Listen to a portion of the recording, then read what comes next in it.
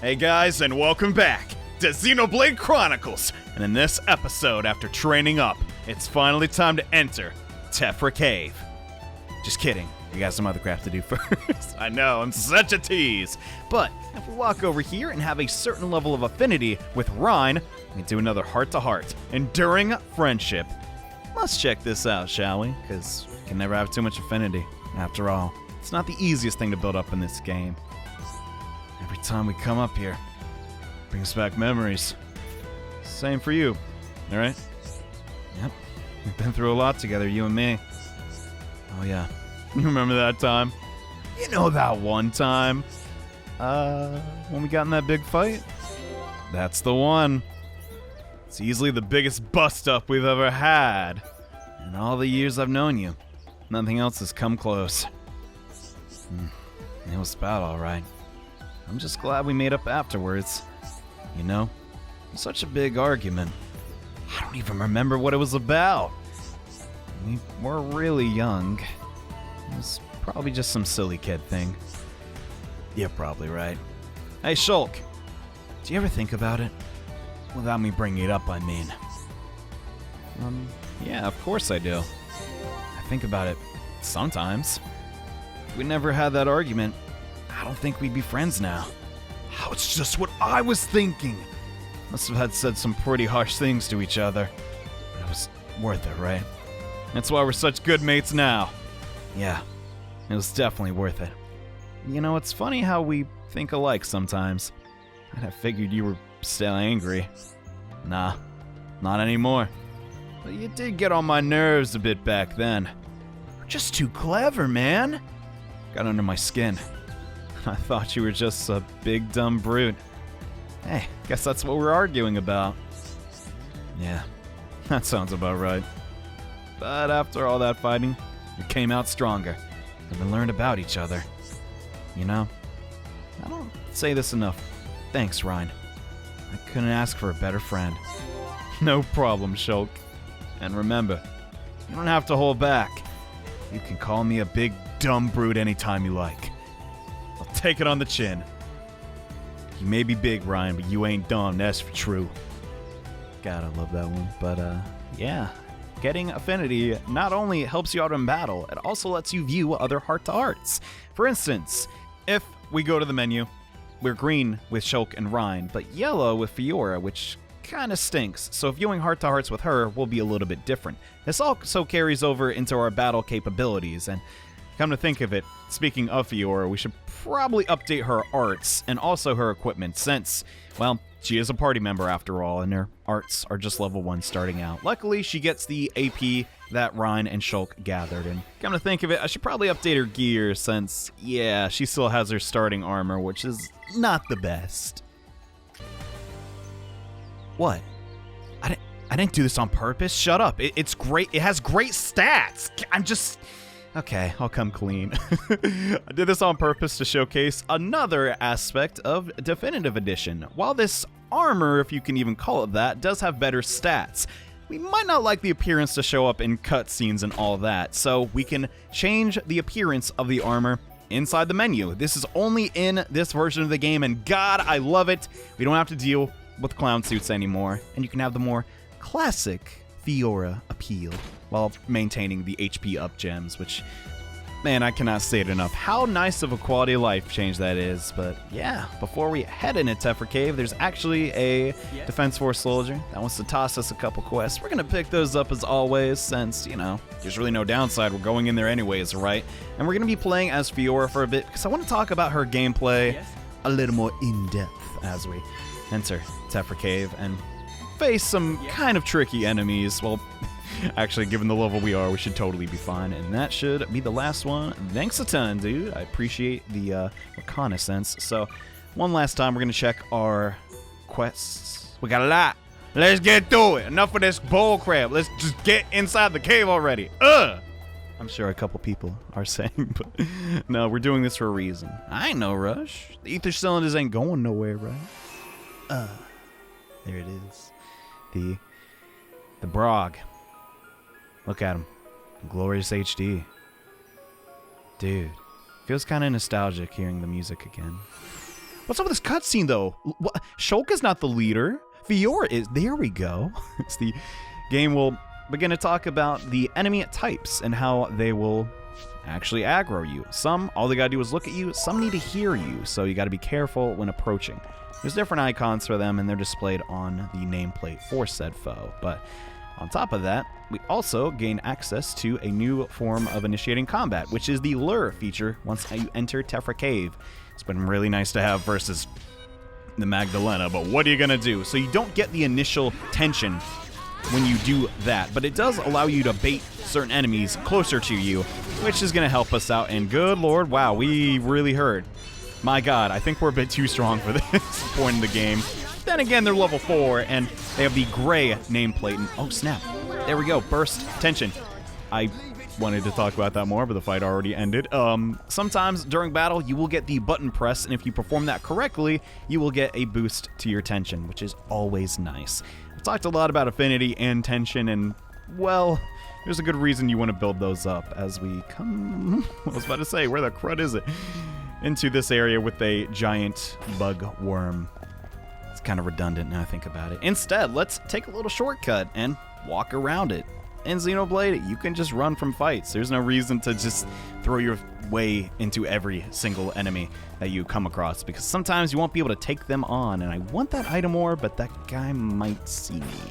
Let's just come back for it later, I guess, and instead make our way over to this named enemy where we can hopefully showcase some more of Fiora's gameplay, because if you look at her battle palette, she has a lot of arts, and all of them sort of sword-shaped. Yeah, she has access to Lacerate, which does damage over time, and Power Smash, which is a directional. On top of that, Screw Edge and a yellow art, which can inflict daze. And please, Topple Rhyme, that'd be really cool of you.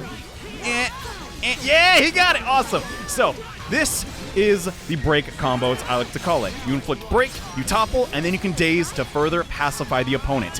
While knocked down, they will be more susceptible to critical attacks, which in turn builds the party gauge, which is a pretty good thing to happen, and holy cow, we kind of made this look...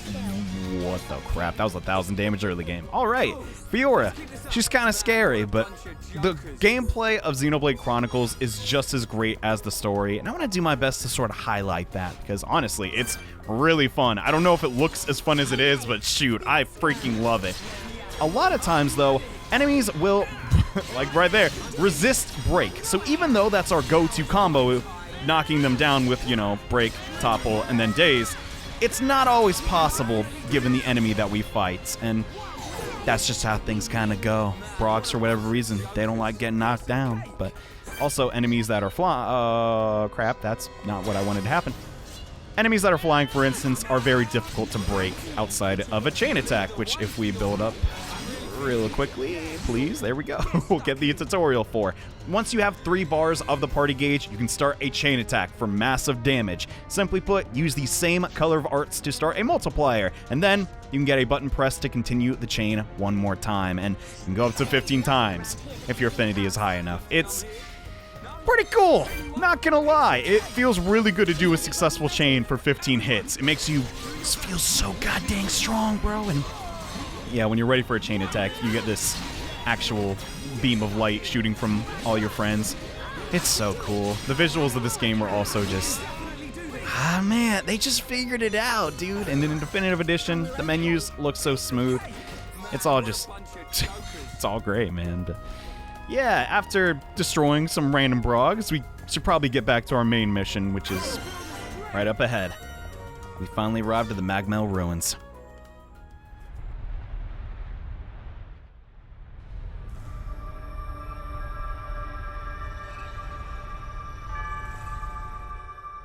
Are these the Mell ruins?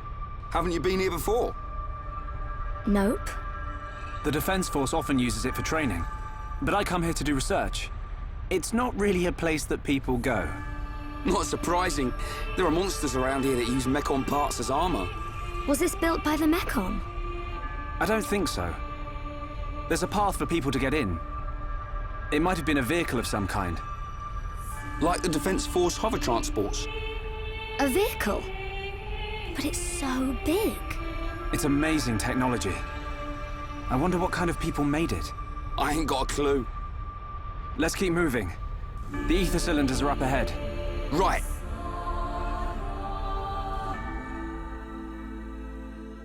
Some mysterious technology the Homs aren't aware of the origin of.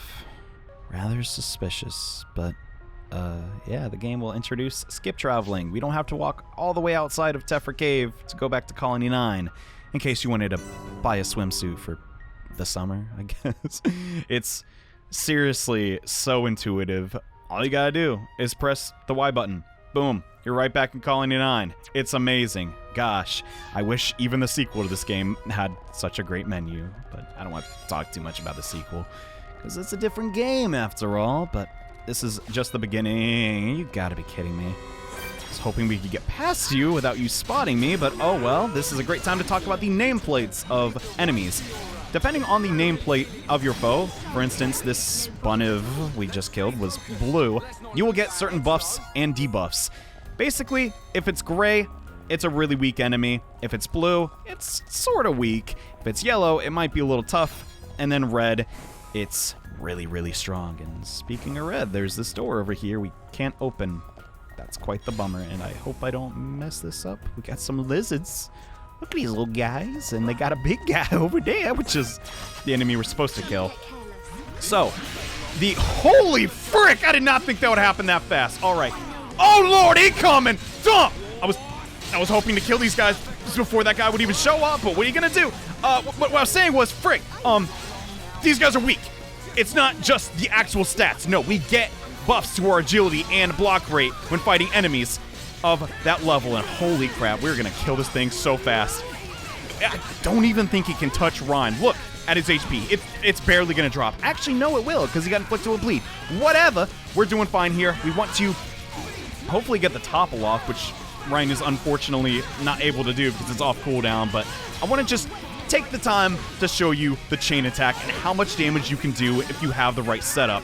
Now, I don't know if I mentioned this yet, but when doing a chain attack, all of your arts reset, and if you use arts of the same color, you get a multiplier, even though it's more additive than anything, and I hope to God we didn't get it, so our affinity with each other wasn't high enough to continue the link, but you still got this. Let's tear him up, and there you go. One named monster defeated, which I was a little scared back there, but man, that actually went really, really well for us, so sorry if I was sounding a little scared. He, first time I played this game, gave me a lot of trouble, I guess, and I feel kind of bad turning all those lizards into treasure chests, but yeah, sadly, it still takes forever to open up a lot of chests. That's one thing they did not change about this game, but I kind of get why.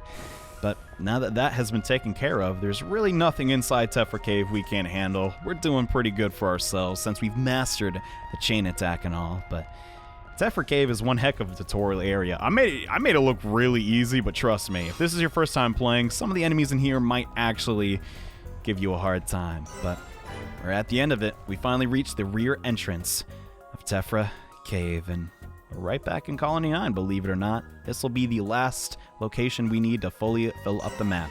Cylinder Hangar, and I'm really happy we came out here at night. Look at Colony 9 all the way down there. But like I said before, you fill up the map once you've seen all the landmarks and locations.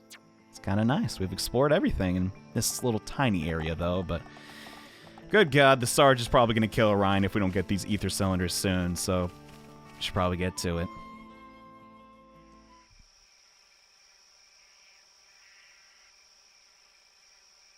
Right here. Thanks for the help, Shulk. I'll start collecting them up. You two hold on a sec. It's full of ether cylinders. Hey, why do we have to come all the way here to get them? Isn't there an ether cylinder fueling station in the colony? Well, refining the ether takes a long time down there, and sometimes cylinderization fails. And there are so many cylinders here for us already. It's more reliable than making them ourselves. Right. And Colony 9's anti-air batteries and mobile artillery are standardized for these cylinders, so they can be used straight away. I see. You know, this place is in good condition considering it's ancient. It might be that there's some form of technology being used to preserve it. It's just a shame we don't understand its secret. Shulk? But I'll solve it one day and show you. If it's just technology that someone created in the past, it's not incomprehensible. We'll come to understand it one day. Don't go trying too hard. We can come and get ether cylinders whenever we need them. Besides, it's a good place for Defense Force training. Yeah, so good that you didn't even want to come here without Shulk to back you up. Anyway, did you collect the cylinders? Yep, all done. Thanks. Just come by yourself from now on. Shh, be quiet. Are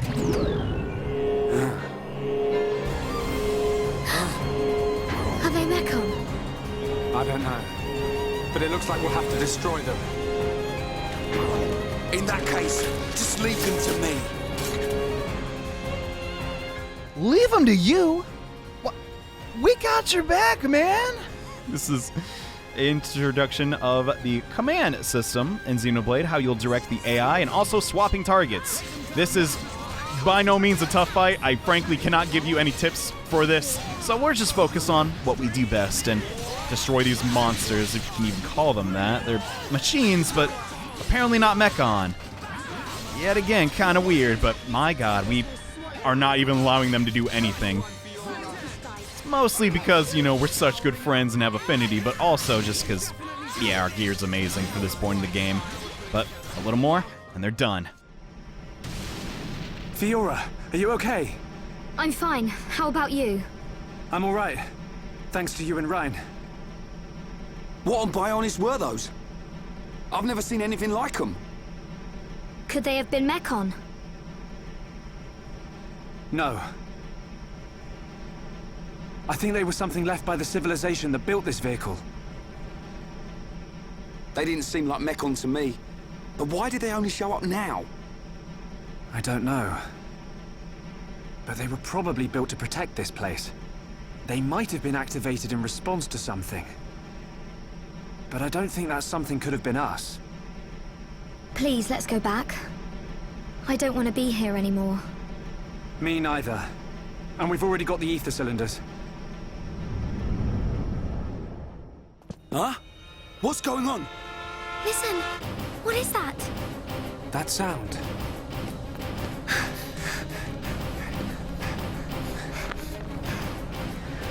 In the sky! Oh, it's a... This can't be. No way. Mechon! How?